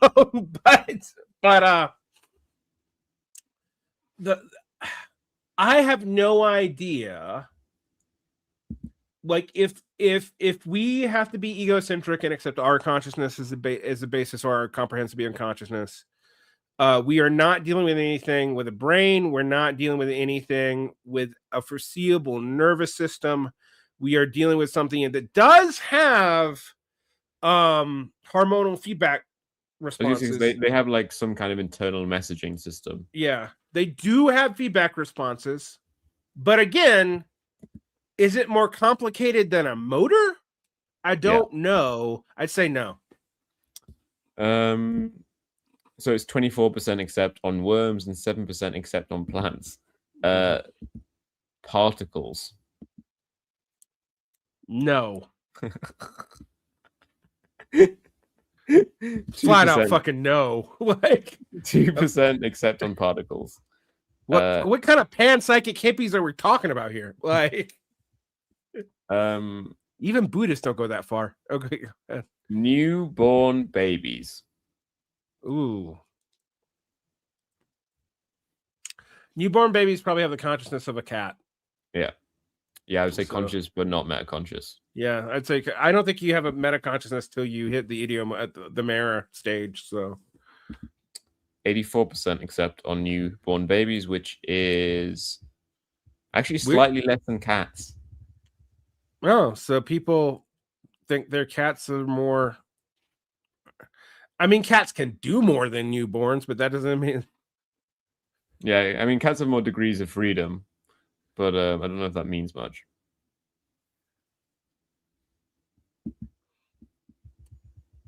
Current AI systems.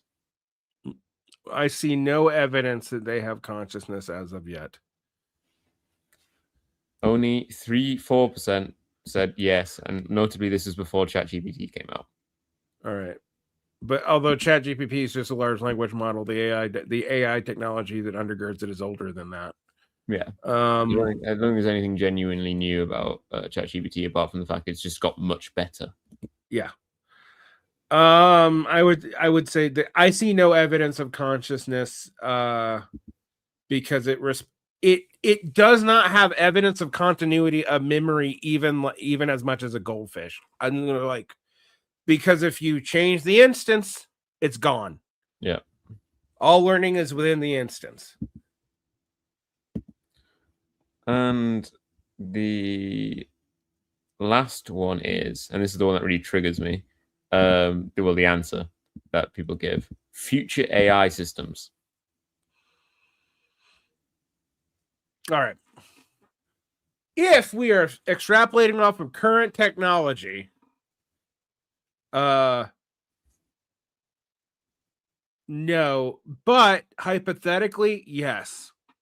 So I it is not that I don't think a conscious AI is impossible. I actually do think it's very possible. I just don't I don't think it's going to come from LLMs and the Yeah, you amount of don't think energy. that the ChatGPT 100 is also not going to be conscious? Yeah, I don't think you get a AGI from large language models, even if you input energy inputs from like a fucking sun, which would make it the most inefficient cognition machine ever made. But, yeah, so much worse than a human brain, like, which runs on 30 joules, or is it watts, and can process most anything for energy. But the one that really annoyed me, so only 39% say yes here. Oh, so there 71% think that it's not possible to have a conscious. Okay, so lots of people haven't answered. So the reject is only 27%, and then like 40% have hedged. But still, they didn't hedge on fucking fish. 65% I hedged on fish. So there's 25% of people out there that think any possible AI is not going to go past a fish.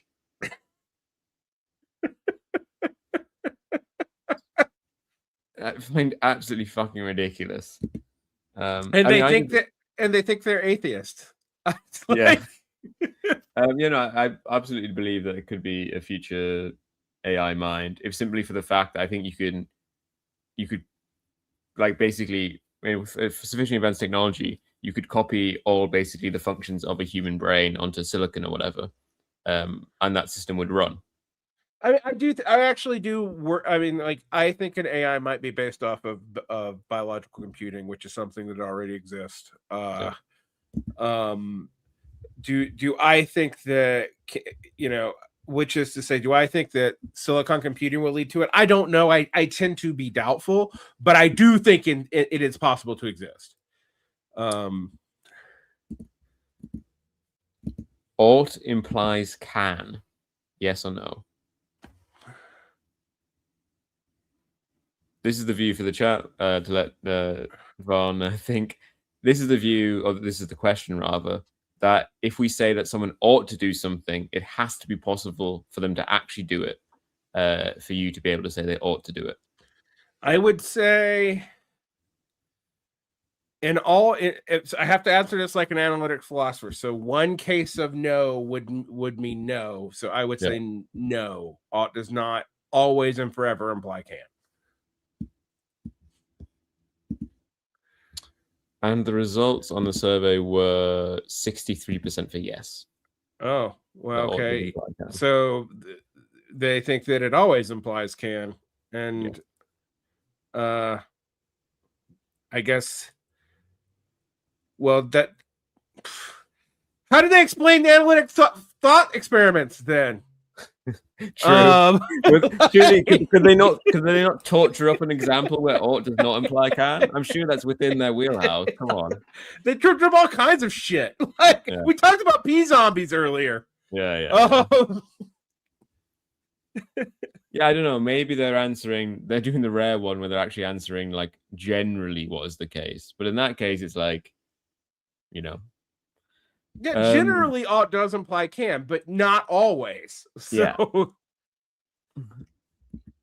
philosophical knowledge. Is there any? Such a funny question. I'm going to do the physics society survey and ask them if there's any knowledge in physics. What's funny is philosophers are such masochists that percentage is going to be higher than 0. And the question, the answers are none, a little, a lot. I think there's a little. I mean, I don't think there's like a ton of actual philosophical knowledge. Most things are hypotheticals, but like I do think like we have an idea of how principles of non-contradiction work, and there's significant knowledge in logic. Right. It's 3.6% that say none. Oh, okay. Well, it's actually lower than I expected. I figured it'd be like 9. I actually was taught by a guy who said there was no such thing as philosophical knowledge, and I was like, "Why are you teaching me then?" This is what the libs are teaching you in university. They don't even believe it themselves. It's 56%. They say a lot. So. Oh well, I mean, I also think that's the hubris of being a philosopher. Are you a Plato head? Do you have any thoughts on? I do have a lot of thoughts on Plato. I've thought a lot about ancient philosophy. Go ahead. Plato, what is his view? Knowledge only of forms, or knowledge also of concrete things? Okay. I used to believe it was knowledge only as forms. However, in parsing the aphoria at the end of the Parmenides, I would say actually he does believe in knowledge of things, because he actually argues successfully against his own knowledge, his own statement of forms. So great. I mean, we've got a clear answer and based on a direct textual reference. That's the best you're going to get on YouTube, mate. Yeah. This is going to be the most controversial one so far for chat and for me and you. Mm-hmm. Politics, capitalism, or socialism? I mean, obviously socialism, but okay. And what do you think the analytic philosopher said? I don't know. 30-30, some cop out. So 29% for capitalism and 53% for socialism. Oh yes. But I bet if we asked Marxists if they counted as socialist, only half of them would meet the criteria. Well, it's just people who they mean I voted for Bernie. Yeah. Yeah, sure. Yeah, that doesn't totally surprise me, particularly in 2020. I think if we'd asked that question in 1990, it would have been slightly higher for capitalism. Possible worlds: abstract, concrete, or non-existent? Abstract. Like, I can't imagine a better possible world. I mean, come on, that would be non-existent. Yeah. And like concrete, they exist somewhere. I guess you have to be a multiverse theorist for that. But yeah, I'd say abstract. Abstractly, they exist. I mean, I think if you say non-existent, you can't make sense of normal human language, or you have to believe that people are like doing some really weird stuff with language. Because if someone says like I would have gone to the shops if it hadn't rained, they're clearly describing another possible world. Right. I mean, I do think about the weird English language philosophers who like adverb. You've ever heard of this adverbial perception that we should only speak in adverbs so that we get out of possible worlds and can only speak in concrete things? They try and change all language instead of changing their view. Yeah. Yeah, those guys. But yeah. Principle of sufficient reason, true or false? This is the idea that everything that happens is a reason that it happens.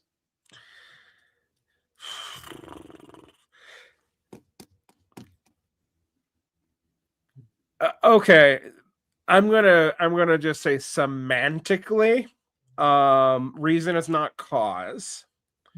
But if I was to take reason as cause, there's a principle of sufficient reason.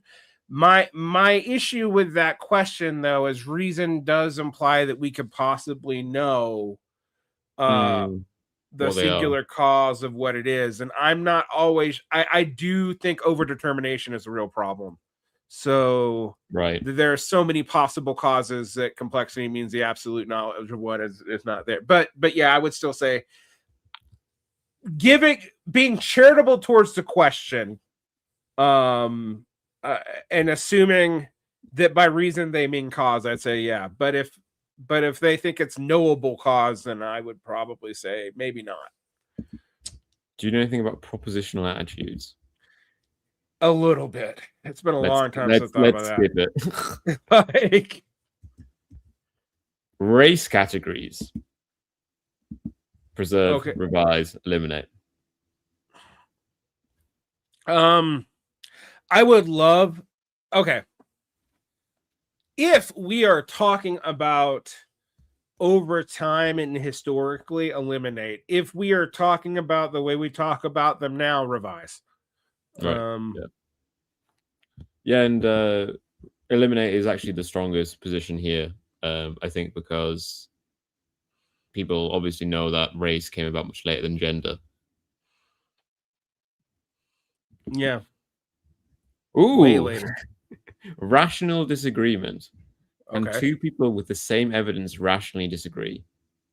Yes. Yeah, okay. You agree with analytic philosophers. A brave 19% said no. Okay. I okay. Like, where are you at on that, Stefan? Are you a knower? I mean, I have some kind of vague sympathies to believing that, yeah, if you have all the evidence, then it isn't rational to disagree. But that's something which is literally impossible. Because also then you get into the question of it's only then possible if there are real values. Right. Because even if it isn't a moral question in any way, you still need to believe in the same I can't remember the word, like semantic values. You know what I mean? Epistemic, like, everyone thinks that, like, if you see something, that's evidence for something, but that's actually a value. Like, that's a completely reasonable value that I accept. But like, if I go to my refrigerator and I see there's chicken in there, I believe I ought to believe that there's chicken in there. But that is obviously a norm. Right. That norm is based norms. Yeah. Right. It's about epistemic norms and that we have the same definition of chicken. Yeah. And like, so on. Like, yeah, the whole like, is a whale a fish actually is not as obvious, even scientifically, as you think it is if we define what a fish is slightly differently than we do now. Like, this is the most pure analytic bullshit question ever, which I'm not going to read out for us answering it, but I'm going to read it out for the sake of you hearing these string of words. Sleeping Beauty, open parentheses, woken once if heads, comma, woken twice if tails, comma, credence and heads on waking, question mark, 1/3 or 1/2.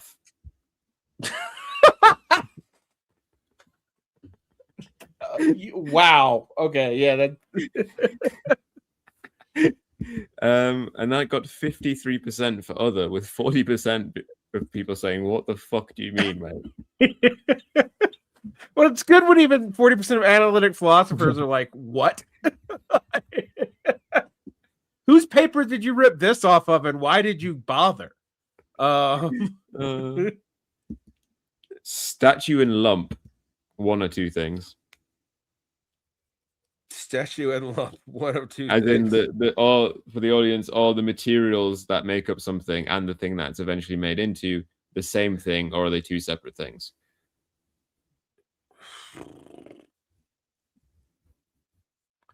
If I'm a nominalist, I believe they're two separate things. So, no, I think it's very clear that they're two separate things. I think because, I mean, yeah, as you say, like, the things that exist are like the categories which are useful for the speakers. And in that case, like, if I ask you for a statue and you deliver me a lump, then you're a dick. Yeah.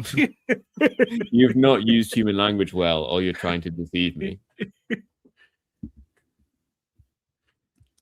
Ooh. Do you have any of the slightest concerns about temporal ontology? A little bit. Presentism and internalism are growing block. Internalism. I feel like presentism is probably impossible unless you really torture things without current understanding of physics. Because present, when, how, what, where. Yeah. Eternalism. I would probably be a growing blockist, actually, because I'm an emergentist on a lot of these things. Yeah, no, I think I'm inclined towards growing block, but I don't know if that's because I'm like cucking out of the actual answer, which is eternalism. Well, I mean, okay. So I got in this argument with this Trotskyist once, who like was really dead set on disproving the Big Bang, and I was like, okay. So even if I assume an eternalist universe, sure, but then all you're arguing is that the Big Bang is part of or whatever cosmological beginning of this current instantiation of the universe. That there's something before it, but that can't be known. You can assume it. But what you can't assume based off of Aristotelian understanding of philosophy is that the universe is a constant, because we know it isn't. It's growing. Yeah. So, and I don't know how you explain infinity growing exactly, but it is. Kush asks, why did Trotz hate the Big Bang? because Trotsky's view on dialectics locks him into maintaining a view about the Big Bang based on Aristotle. Actually, this is also true for diehard early Marxist-Leninists too, but they only dropped that in the 50s. But occasionally you'll meet people who like in Marxist circles on both sides of the ML Trotskyist divide who are like, no, we must. I don't know. However, the Trotskyists are the only people I know who make a big deal out of it. Like, and those guys just love to make big deals about nothing. I think it's just how you get people to like. This is a sorting mechanism of what people. Oh right, yeah, it's like a shibboleth or whatever. Yeah. I'll see also like epigenetics somehow means Lysenko was right. Horrendous, yeah. True contradictions. Impossible, possible but not actual, or actual. Possible but not actual, I would say. And these contradictions are not Marxist contradictions for anyone in the chat that's worrying. Yeah. No, basically nothing to do with each other. Yeah, Hegelian use of the word contradiction and analytic philosophy use of the word contradiction do not mean the same thing. Yeah. Unit of selection, genes or organisms.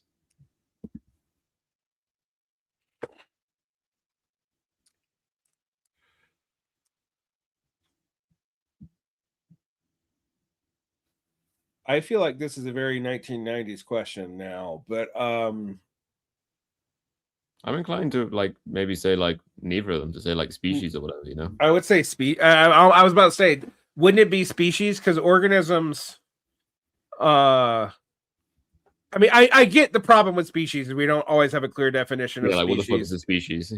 But it does seem like if I say genes, you have to deal with recent discoveries about both epigenetics and environmental triggers, which, you know, Richard Dawkins can't deal with.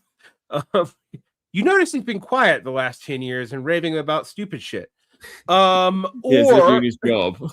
Yeah.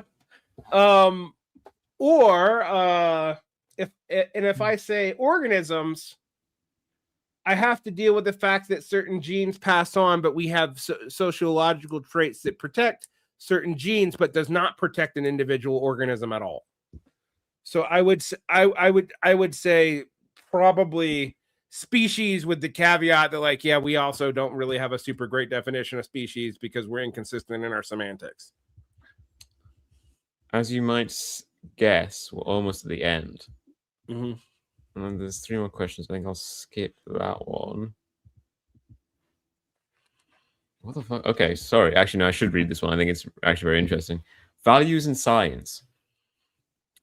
Is ideal scientific reasoning necessarily sensitive or insensitive to non-epistemic values? And the questions are necessarily value 3, necessarily value laden, or can be either. Can be either. I mean, I know that sounds like a cop-out, but it just seems like there are some things that are not value laden, but there are definitely some things that are, just because to even articulate them, we've made normative choices. Yeah, I mean, I think there's a big distinction here between physical and the human sciences. Right. Like, I don't like. For those of you who haven't read, okay, we're talking analytic philosophy, but for those of you not well versed in continental post-Lacanian philosophy, I don't think fluid dynamics is sexist. See, a la Rigore. But I would actually love, Stefan, if you could find this thing for continental philosophers, because I imagine that's it would be fantastic. But I think innate in the structure of continental philosophy, they wouldn't make such a thing.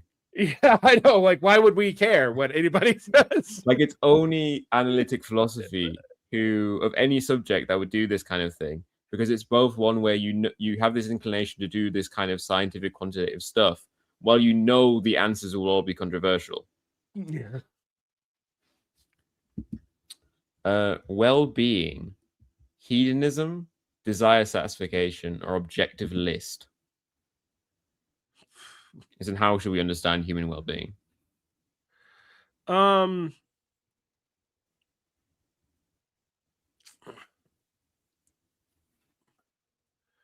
I have gone back and forth between hedonism and objectivist, believe it or not, but I don't know how we actually come up with a purely objective list. So I'm going to have to say hedonism again. But I have thought about this because I actually have thought, like, when people like, I've actually said that I don't think happiness is an important human value.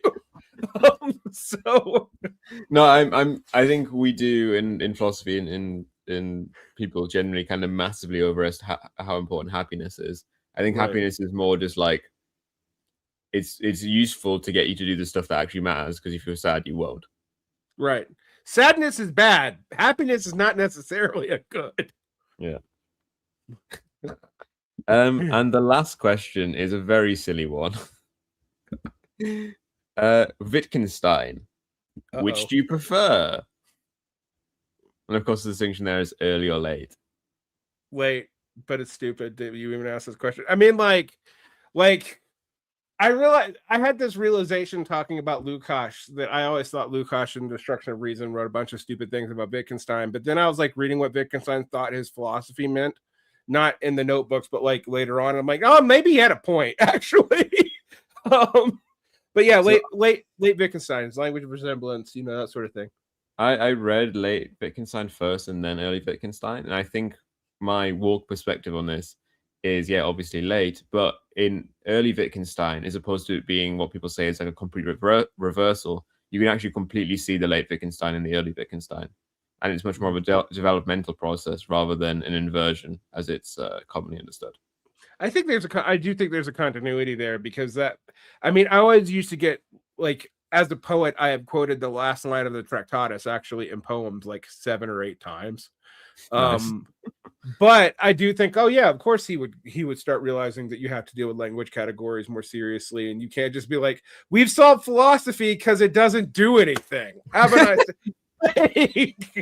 because that's kind of what I wrote a paper when I was still in undergrad about the Tractatus, and I was like, if you take that really seriously, it's like, why do we do philosophy? Like, you got logic, and the rest of it's not. We can't speak on it anyway. Like which is and Wittgenstein, by the way, very much thought the rest of it was real. It's just you couldn't say anything about it. So, yeah. So we've finished all the questions, but as a cool down exercise, I would like you to actually. This is the actual quiz part. These answers are right or wrong. So they also did a demographic survey, and they asked the question: non-living philosophers identified with. You could only give one answer, and you had to give the philosopher you identified most with. What do you think the top 10 from analytic philosophers were? You can try and go from one, or you can just give just throw some stuff out. Or Rawlsianism. Rawls is 11th. Ah, damn it! I knew it would be up there. Well, I'll give you 10/11ths of a point for that. Aristotelianism is first. Aristotle is first. Yeah. Quine. Quine is 6th. Ha. Wittgenstein is 5th. You're doing very well. Let me think about what else have we got. Hume is 2nd. Aha, I know how these fuckers think. It's a question that, am I going to say Kant? Because Kant could be 10, but he's also associated with the German idealist tradition, but he's like the one people will actually use in both traditions. Maybe Kant. Kant is 3rd. Ha is the big 3. So it's 238 for Aristotle, 221 for Hume, and then 188 for Kant. At least I got the big 3. Let's see. Down from Quine. Carnap. Carnap is on there. He is 8th. Right.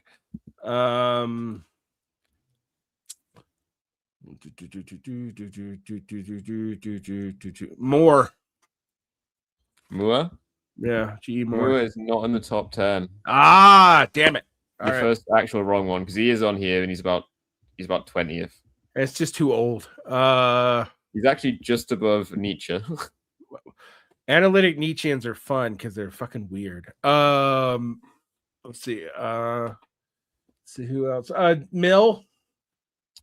Mill is not in the top 10. He is 12. Okay, so think. Who else did we study a lot?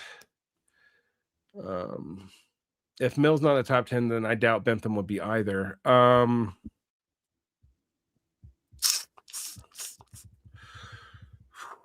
Bentham, I can't even see on here. Russell? Russell, yep. Okay. Russell is 9th. So how many are you missing? Let me check. You are missing 1, 2. I think you're just missing 2, maybe 3. I can't remember if you said one of them. Okay, I'll just have to check. Did you say Carnap? Mm-hmm. Okay, yeah. Okay, in that case, you're only missing 2. And I got 2 wrong. So what are the 2 I missed? You got 3 wrong. Okay, 3 wrong. The 2 you missed are Frege. Shit, I should have known that. Yeah. And Plato. Analytic Platonist just.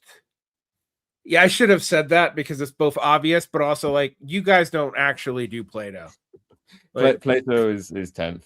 The list goes Aristotle, Hume, Kant, Lewis, Wittgenstein, Quine, Frege, Carnap, Russell, Plato, Rawls, Mills, Aquinas, Marx, Socrates, which is just a silly thing to have on here, Descartes, James, Parfit, Dewey, Davidson, Putman, Leibniz, Amscom, Moore, Nietzsche, Hegel, Heidegger, and then it keeps going.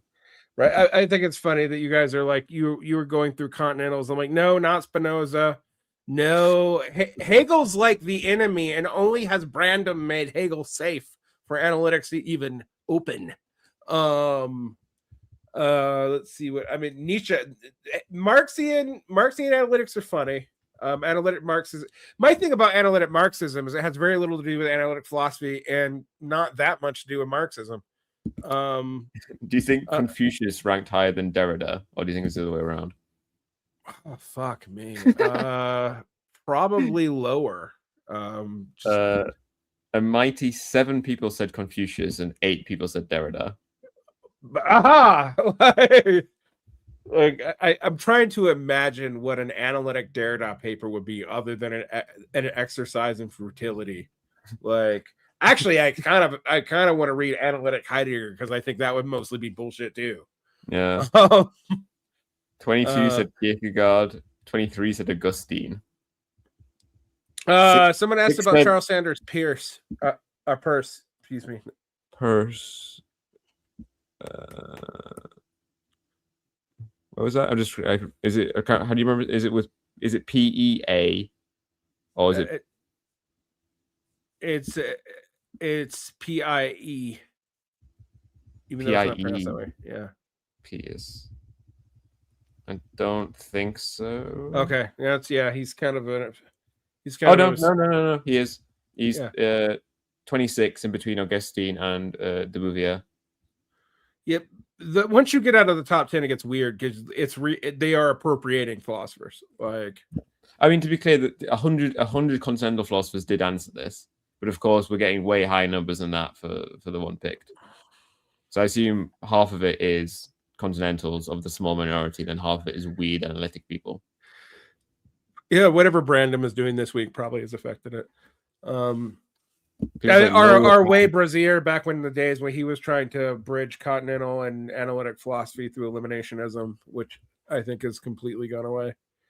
The ones on the list who actually got 3 votes to be present, but are the lowest position, includes Sextus Empiricus, Tarski, Ryle, Kuhn, Hart, Hare, Epicurus, Chisholm, and Avicenna. Wow, someone's like, we got the one analytic doing Muslim philosophy from the 12th century. Cool, I guess. Who are these? That guy. Who are these philosophers? All live in England or Boston? Question mark. Probably. I mean, it is kind of amazing. Like when you look at continentals are represented in this, but I'm like, if you look at like who continentals talk about, you would not know about any of this. I remember. I'm just now thinking like the continental version of this survey, and each question would be like an essay itself. Yes. Yeah.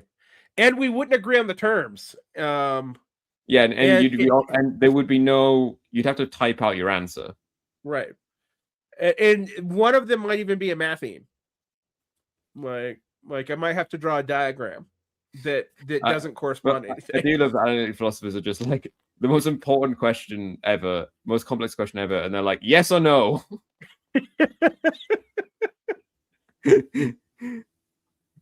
Is Lao Tzu on there, dare I ask? Probably not. Lao Tzu. I mean, there are like Chinese ones do rank. Is Lao Tzu the same as Lao Zi, as in Laozi? Then he has 5. Okay. He's on the same ranking as Deleuze, but below Schopenhauer, and also one below the Buddha.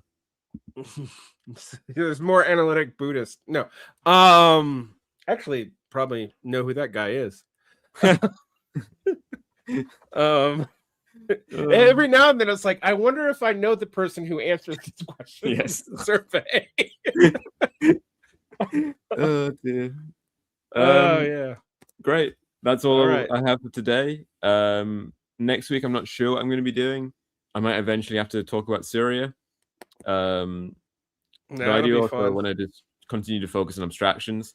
I'm thinking I'm inclined to do as kind of we almost got into here, a discussion on kind of duties and obligations. Mm-hmm.